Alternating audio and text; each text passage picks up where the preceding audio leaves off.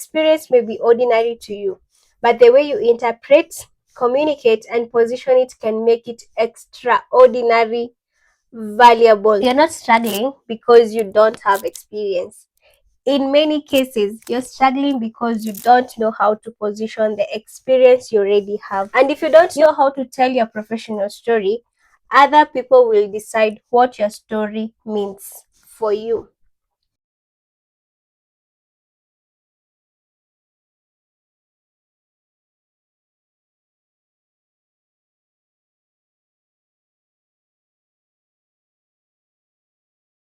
Let me tell you something that could completely change the way you approach your career. You're not struggling because you don't have experience. In many cases, you're struggling because you don't know how to position the experience you already have. You have probably been a class representative, a student leader, organized these events. Maybe you volunteer, led student association, or even projects at work. Maybe you've done an internship, group projects, run small businesses, created content, or maybe you've helped people solve problems.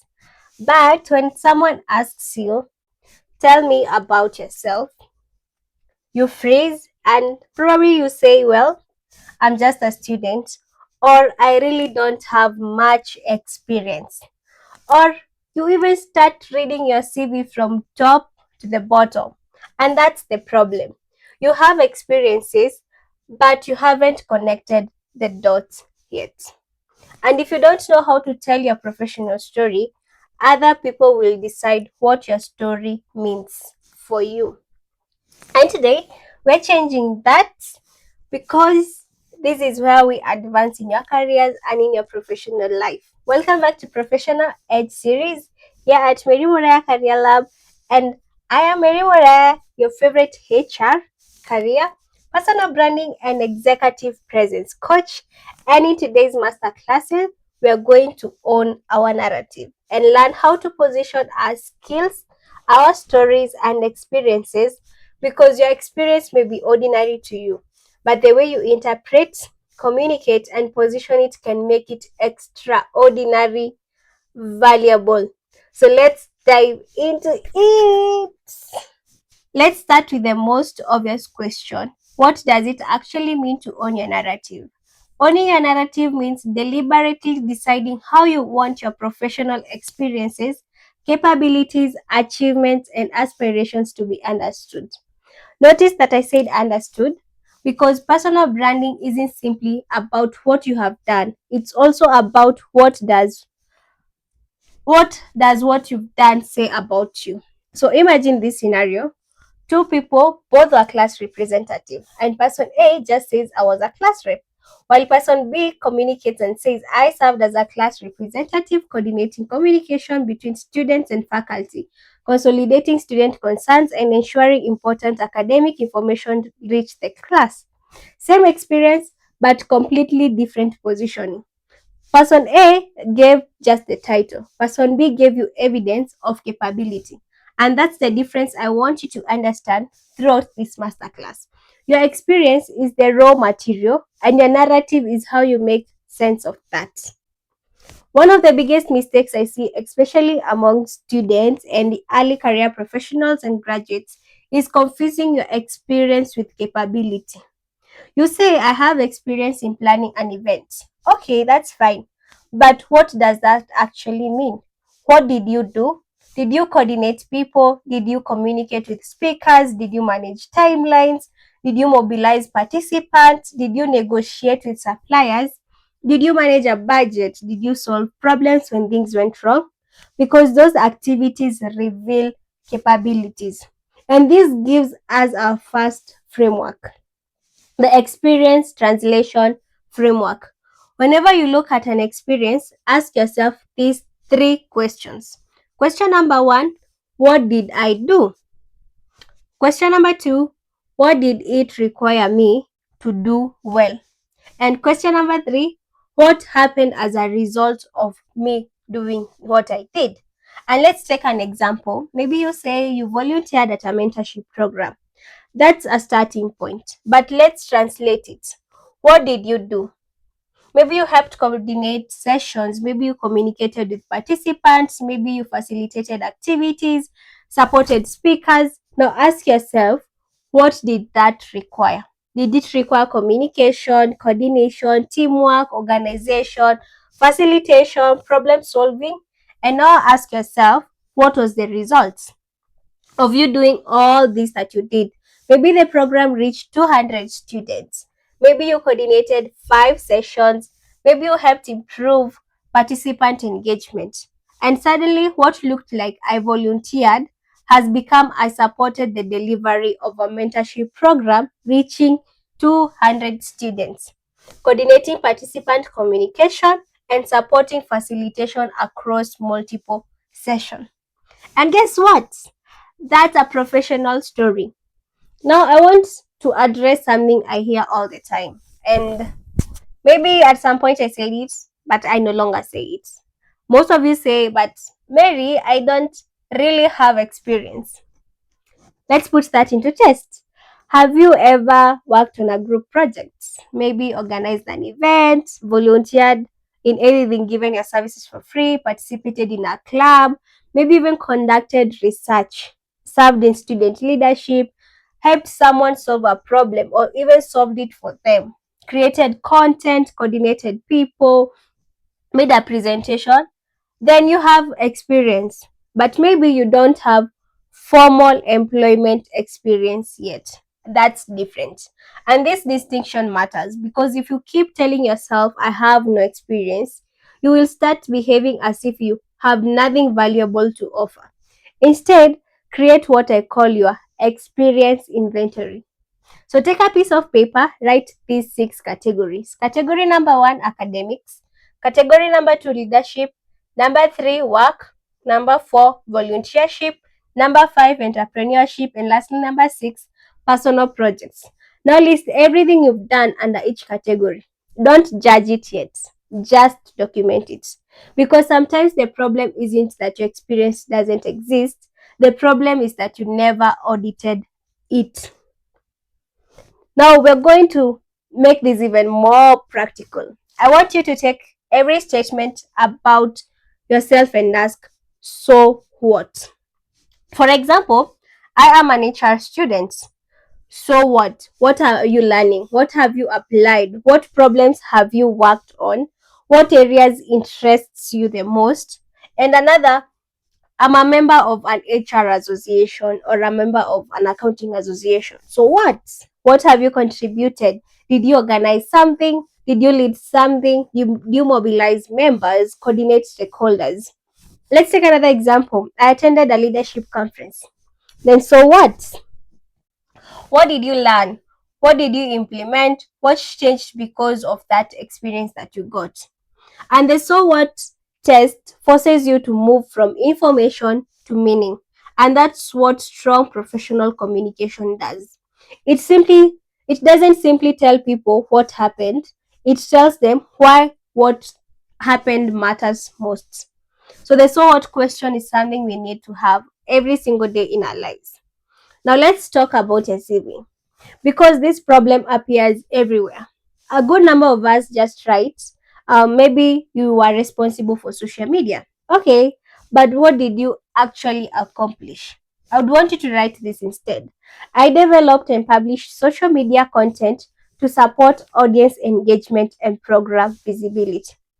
That's better. Maybe you write like this: I worked with students. I would want you to write this instead. I coordinated student engagement activities involving more than 100 participants. And that's better. Do you see the difference? The responsibility tells me what you are assigned, but an achievement tells me and the recruiters what you actually contributed. So whenever you write about an experience, ask yourself these questions. Question number 1, what did I own?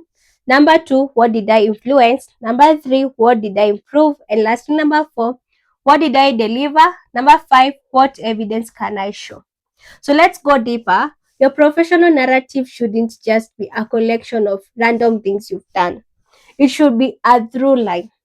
Think about your experiences. Maybe you have student leadership, mentoring, public speaking, HR projects, event organizations, content creation. At first glance, those look like five different things. But perhaps the underlying pattern is people plus communication plus leadership plus development. And that is your clue.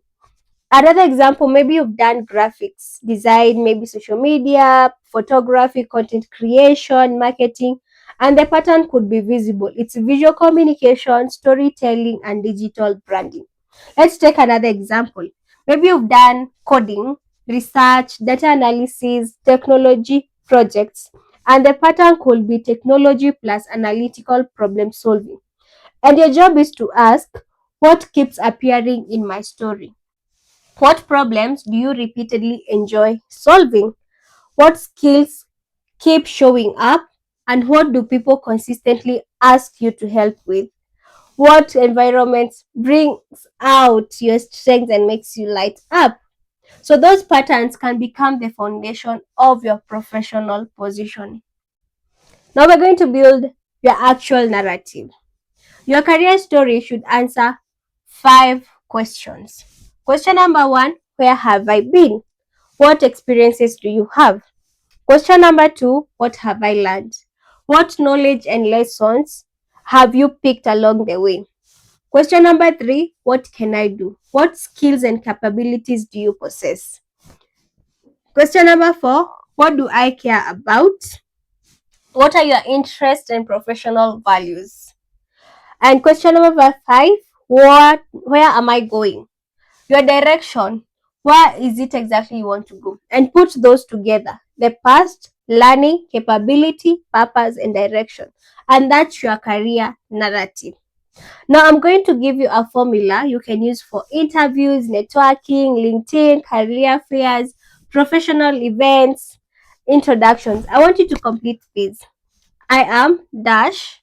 My experience has been primarily in dash through dash. I've developed. I'm particularly interested in dash and I'm currently building towards dash. Let's make it more practical. Instead of just saying, I'm Mary, I'm an HR student looking for opportunities, imagine yourself saying this. I am Mary, I'm an HR management student with experience in student leadership, event coordination, and career development initiatives. Through these experiences, I've developed strong communication, stakeholder engagement, and program coordination skills. I'm particularly interested in people development and the future of work, and I'm currently building toward a career in strategic human resource management.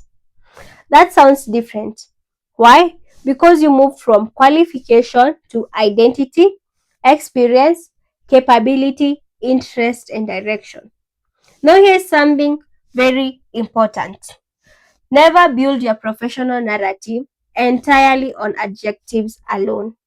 Don't go telling people I'm hardworking, I'm passionate, I'm dynamic, I'm a great communicator, I'm a natural leader. Everybody and everyone says that. Instead, show me if you are a communicator, what have you communicated? To whom have you communicated? How did you communicate? What was the outcome of your communication? If you are a leader, who did you lead? What did you coordinate? What did you achieve? If you're a problem solver, what problem did you encounter? What did you do and what changed? This gives us another important principle. The claim plus evidence that equals to credibility. Because you can claim you are good at stakeholder engagement, but evidence makes it credible. I've communicated communication between students, faculty, and external stakeholders during professional events. Now I have something to evaluate if you say that because you have claimed to know what you're doing and stakeholder engagement, you've shown the evidence, and somebody can be able to attribute credibility. I want you to start something today. Create a document called My Evidence Bank. Every time something significant happens in your life, record it. Record projects, achievements, leadership experiences, numbers, results, testimonials, awards, presentations, publications, certifications. projects you've completed, problems you've solved, people you've reached, positive feedback, and this becomes your professional evidence library. Because when you are writing your 6V, 6 months from now, you shouldn't be thinking of what did I actually do. You should already have the evidence to show that you are able to achieve it. And here's another powerful concept I would want you to adopt. One experience can demonstrate multiple capabilities. Let's say you organized a professional conference. For an HR opportunity, you could emphasize on stakeholder management. For a project management opportunity, you could talk about planning, timelines, and executions. For marketing, you can talk about audience mobilization and communication. In terms of leadership, you can talk about team coordination and decision making. And for communication, you can speak about messaging and public engagement. Same experience, different emphasis. And this is important. Your experience doesn't change. Your positioning changes depending on the opportunity. That's not being fake, but it's being strategic. And if you're watching this as a student, I want you to hear this clearly. Please stop saying, I am just a student. You're not just anything. You're a student developing expertise. You're building experience. You're testing your capabilities. You're participating in projects and you're developing a professional network. You are creating evidence. So instead of saying you're just a student, try saying something like this if you're in HR. I am an HR student developing practical experience in people management, communication, and organizational development. That's honest. Don't exaggerate it. But you can communicate value from it. Now let's talk about something people often hide: failure. Your narrative doesn't have to be everything I've done was successful. That's not believable. A strong professional story can include challenges, actions, learning, and change. For example, I initially struggled to coordinate a project because responsibility weren't clearly defined. That experience taught me the importance of stakeholder alignment. And in subsequent projects, I introduced clearer roles, timelines, and communication structures. Look at what happened. The failure became evidence of self awareness, learning agility, accountability, and adaptability. Your story isn't powerful because you never failed. It's powerful because you can explain what happened, what you learned, and what changed. Now let's bring everything together. Your narrative should appear across your professional ecosystem. Your CV should show your evidence. Your LinkedIn should communicate your professional identity, and your interview answers should demonstrate your judgment and capabilities. For your networking introduction should communicate your value and direction. Your portfolio should provide proof that platforms are different, but the professional identity should be coherent. If your LinkedIn says you are passionate about HR analytics and your CV says you are focused on recruitment, and when someone meets you, you say you want to become a communication specialist, people won't know how to position you. You don't need to be rigid, but you need a clear professional through line. And let's do one final exercise. Rate yourself from 1 to 5 on these 5 questions. Question number 1: clarity. Can someone quickly understand who I am professionally? Question 2: evidence. Can I prove the skills I claim to have? Question 3: relevance. Does my story connect to the opportunities I want? Question 4: distinctiveness. What makes my combination of skills and experience interesting? And lastly, number 5: consistency. Does my CV, LinkedIn, and professional introduction tell the same story?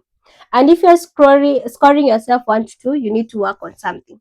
It's simply an indicator that your narrative needs work. And before you leave this video, I want you to do these 5 things. Number 1, write down experiences you've had. Don't worry about whether they sound impressive or not. Just write them down. Number 2, I want you, for each experience, I want you to identify what did you do, what skill do you develop, and what evidence do you have. Number 3, I want you to identify recurring themes. What keeps appearing? Then number 4, write a 60-second professional story, an elevator pitch per se. Number five, update your professional asset. Either your CV, your LinkedIn about section, your professional introduction. And don't try to transform everything today. Start with one thing. Here's what I want you to remember. Your story is already being told.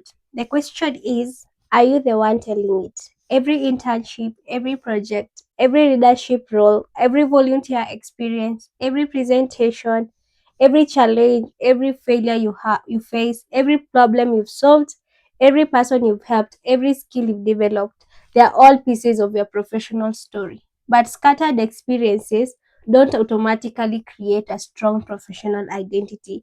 You have to connect the dots. Don't just collect experiences, understand them. Don't just list responsibilities, translate them into capabilities. Don't just claim skills, build evidence. And don't wait until you have 10 years of experience before you start telling your professional story. Own your narrative now, because opportunities don't always go to the person who has done the most. They often go to the person who can clearly communicate what they've done, what they've learned, what they've contributed, and where they are going. So I would want you to go into the comments section and complete this sentence. I am dash with experience in dash and I'm building towards dash. Don't overthink it. Write your first version. Then read the whole what other people have written. You might discover that you are not the only one trying to figure this out. And if this masterclass helped you see your experiences differently, like this video, subscribe to our YouTube channel, and share it with someone who needs to learn how to position themselves professionally. This is the Professional Edge series. I am Mary Muraya Career Lab, and this is Mary Muraya Career Lab, where we don't just teach you how to apply for opportunities, but we teach you and train you how to position yourself for them. I'll see you in the next masterclass. Bye.